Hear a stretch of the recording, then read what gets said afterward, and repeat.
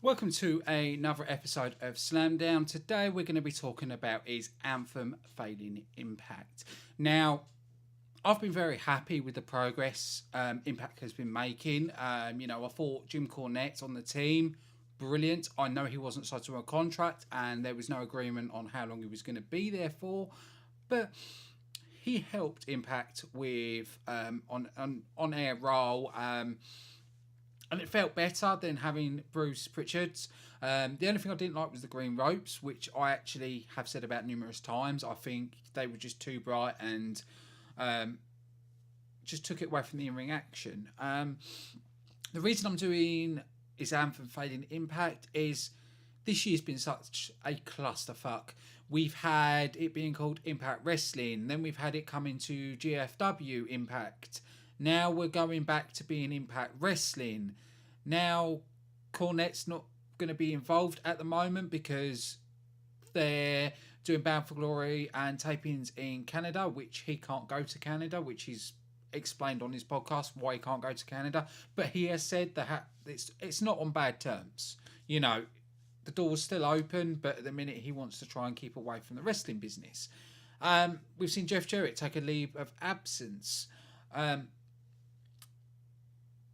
going to say it. Victory Road is an Impact special. Oh. Right. The kind of stuff that they're doing is what we had under Dixie Carter. Jarrett's gone. And I'm not saying that's Anthem or Jarrett or what's going on. But suddenly they're dropping GFW and Jarrett takes a leave of absence. Sorry, something seems a bit fishy there to me. It seems a bit like the whole situation when Dixie got rid of Billy Corgan. It seems bad business. With Anthem owning Impact, I thought there was going to be a lot of investment into the product, pushing the product, trying to build up attendance at the arenas, bring back more pay-per-views, but it seems like we're getting Impact-themed shows. Oh, God. The thing that annoys me about Impact-themed shows, we've had it in the past where Impact became Hardcore Justice for a night. But it's exactly the same as a normal Impact TV show. There's no difference, just a different logo on screen. Just no. I know Jarrett did say that it's a 5-year plan and everything else. I get that. But if you want to be taken as a serious company, you need to have more pay-per-views. You need to either go back to the 12 or even have the 6 pay-per-view and have storylines built into the pay-per-view. It's common sense. I've said this for a long time. I think there should be 6 main pay-per-views and 6 I wouldn't say backward pay-per-views, but more specialist. So you have your main pay-per-views, which you can easily do. Your Bound for Glory, Slammiversary, Lockdown, I think Genesis, I'm just picking, and Victory Road. Hang on, one more. I'm trying to think of No Surrender. Let's just say No Surrender. There's your 6 pay-per-views. Now, your specialist pay-per-views, it's quite easy. Destination X. Don't need to put one night only on it. Just call it Destination X. Have it like what Destination X is supposed to be for X Division guys. And have the main event with your world champion takes on the X Division champion. The whole Option C thing, have that play. But if the X Division doesn't want the world title match, then have the title be on the line as the main event. Knockout, knockdown. Shouldn't be...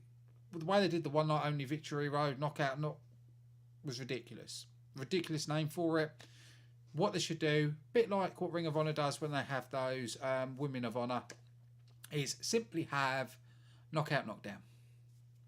Specialist pay-per-view just for the women. There are others I can think of, but I'm not going to... You get where I'm going with this. Either one of them two the 12 or the 6 and do the spec is a better way than what they're doing now. Pay-per-views are going to be the company's bread and butter, because pay-per-views are meant to go out on location, and because Impact's always at the Impact Zone, if you have a pay-per-view outside the Impact Zone, it's going to draw more attention to it because people haven't seen it. It's common sense, but Anthem seems not want to do that. I can understand they've picked Canada for Bound for Glory, and I know on the internet it said, 500 people are going to be attending. It's bullcrap. Easily you can get about 2,500. But to me, that's not big enough. I think they can do a lot better than that. I totally believe they shouldn't have a pay-per-view outside USA until they've got the company at a stable position. I would be more focused at maybe do some TV tapings in Canada. Do a couple of TV tapings. Keep your pay-per-view in the US.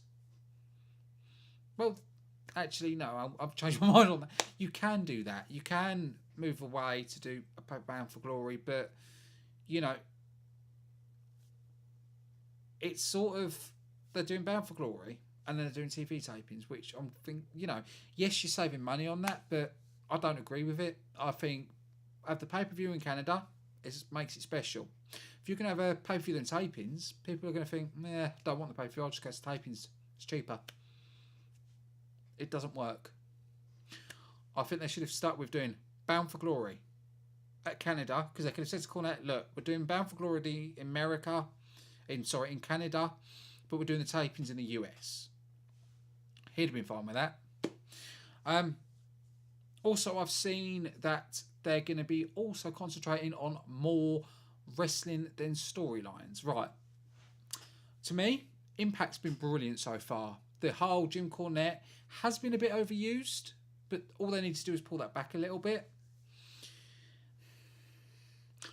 For a wrestling match, you've got to have a story. You've got to have a reason why they're battling. You can't just have matches after matches after matches. It just doesn't make sense. You have got to have a story, but it doesn't need to be over the top. I think a lot of the storylines that have been running recently have been brilliant. And, even Jim Cornette has actually said with the tapings they've recently done, it was a good show. So I don't understand why they're suddenly thinking, oh no, we're changing everything. We're going back to Impact Wrestling. It's just action. What? It's ridiculous. Absolutely ridiculous. The main problem is the lack of advertising.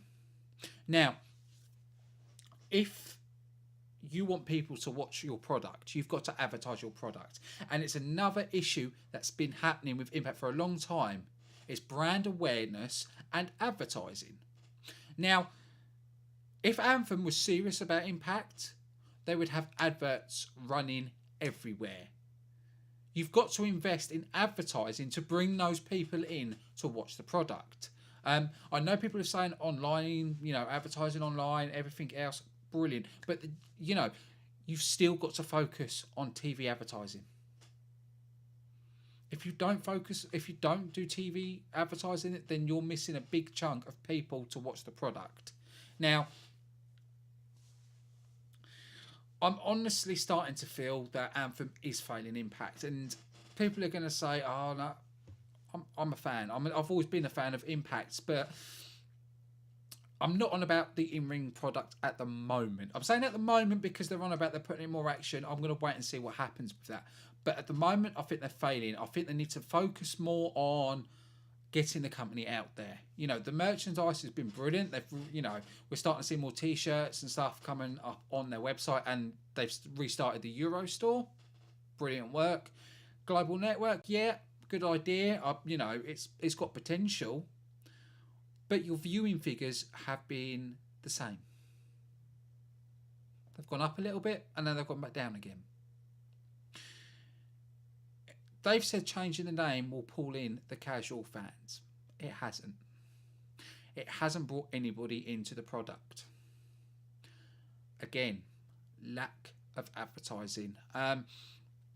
But also the bad reputation at the minute with the constant name change. Wrestling fans are taking the piss out of Impact because the way it keeps floating over, changing to this, that, the art, it's getting ridiculous. Really is getting ridiculous. It's frustration.